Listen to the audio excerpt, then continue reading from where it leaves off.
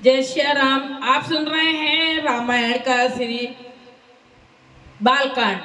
श्री गणेशाय नमः, श्री सीता रामचंद्रभ्यो नमः, श्री गुरुचरण कमलेभ्यो नमः।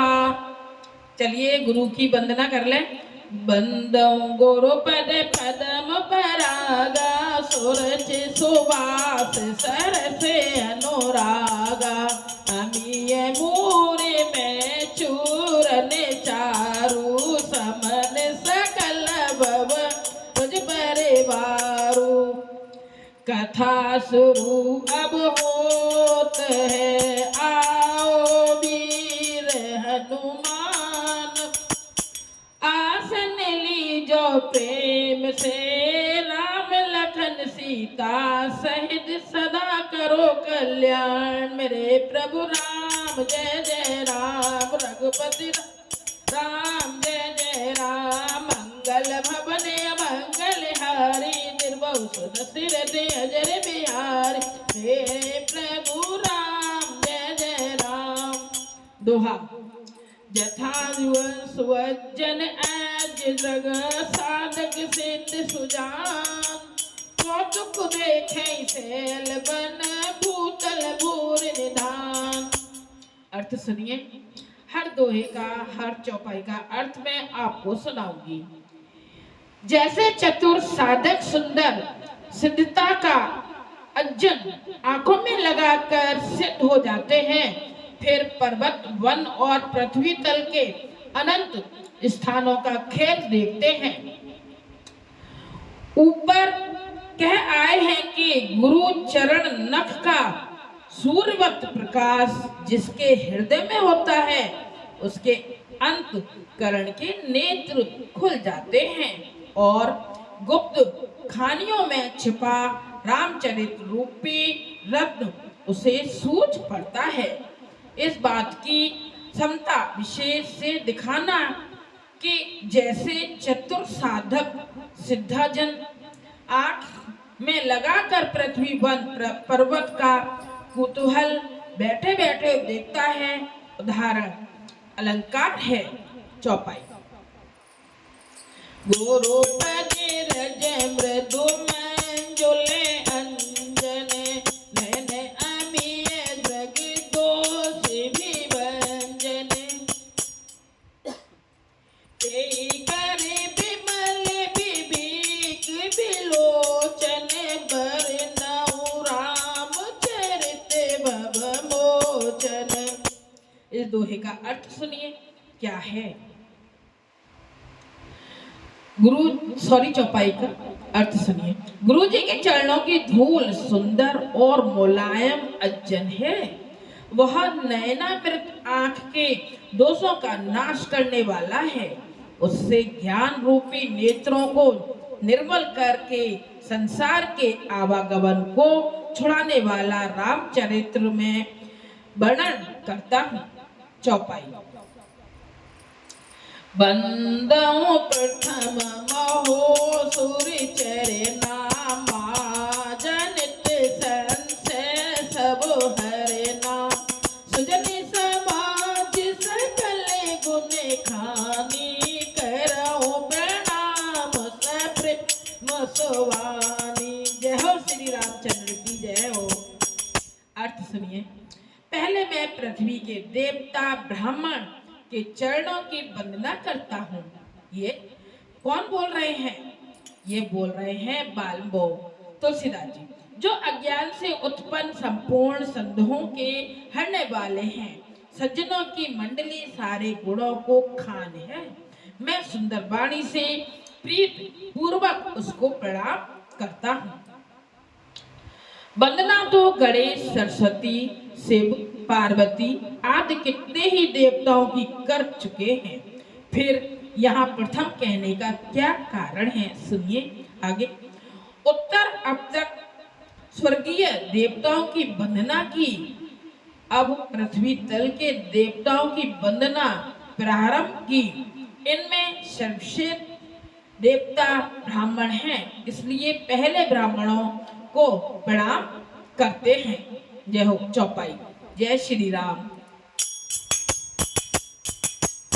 साधु चरित्र सोबसरे सिख पासु निरत विशद गुणमय फल जासु जो सही दुख पर क्षेत्र दुरावा वंदनीय जेहि जग जस पावा। इस चौपाई का अर्थ सुनिए क्या है। जय श्री राम। सज्जनों का चरित्र कपास के समान कल्याणकारी है। किसका? सज्जनों का, जिसका फल रसहीन सूखा होने पर भी उज्जवल गुण यानी कि डोरा और सदृत्य से मिला हुआ होता है, जो स्वयं दुख सहकर दूसरों के छेद को ढकता है, जिससे जगत में सराहने योग्य यश पाता है। साधु चरित्र उपमेय कपास उपमान सरिस वाचक और शुभ साधारण धर्म पूर्ण मालंकार है। उसके फल नीरस उज्जवल और गुणमय है।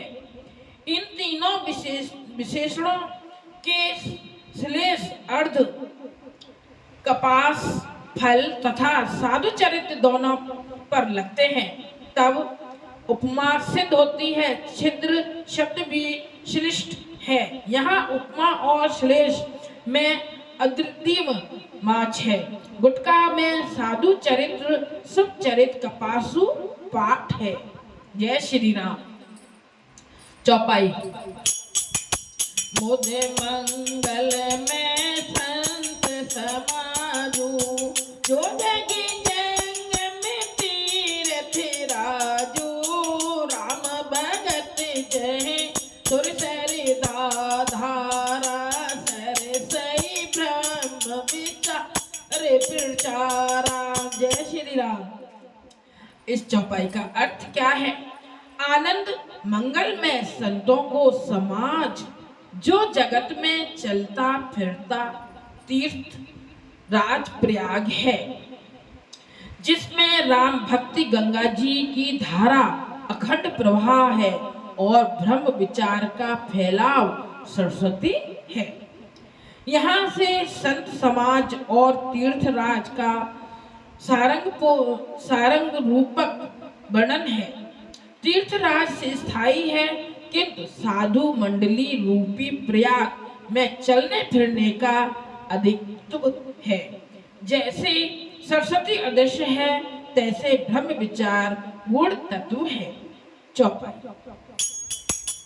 विद्य निषेध में कलमल हरनी कर्म कथार विनंदन बरनी हरि हरि कथा विराजत बेनी सुनत सकल मुद मंगल देनी।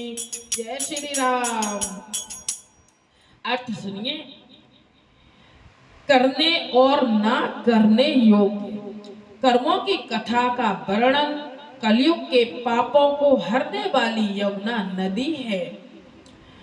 विष्णु भगवान और शिव जी की कथा त्रिवेणी रूप विराजती है, जो सुनते ही आनंद मंगल देती है। जय हो प्रभु। चौपाई। जय श्री राम। बटे विश्वास अचल निज धरे माँ तीरथ राज समाज सुकर्मा सबई सुलभ सब दिन सब देसा देवत साई समन कलेसा। अर्थ सुनिए इसका क्या है। इस चौपाई का अपने धर्म में अचल विश्वास अक्षय बट है और सुकर्म तीर्थराज के समाज अन्याय तीर्थ स्थल है। यह प्रयाग सबको सब दिन और सभी देशों में सहज ही प्राप्त होने वाला है। आदर पूर्वक सेवा करने से क्लेशों का नाश कर देता है। जय श्री राम। स्थावर तीर्थराज को लोग चलकर एक ही स्थान में पाते हैं और उसका महत्व मकर के दिनों में अधिक कहा जाता है। परंतु संत समाज रूपी प्रयाग स्वयं चलकर सब देशों में सबको 12 महीने समान रूप से प्राप्त होने वाला है। वे तीर्थराज स्नान करने से कालांतर में फल देते हैं और इस प्रयाग की सेवा करते ही तत्क्षण क्षण क्लेश का नाश हो जाता है। गुटका में तीर्थराज समाज सुकर्मा पाठ है। चौपाई। आखते अलौकिक तीर्थ राऊ देई सद फल प्रकट प्रभाव अर्थ इसका तीर्थराज अवर्णनीय और लोकोत्तर है। तत्काल फल देने में इसकी महिमा विख्यात है। दोहा नंबर 2।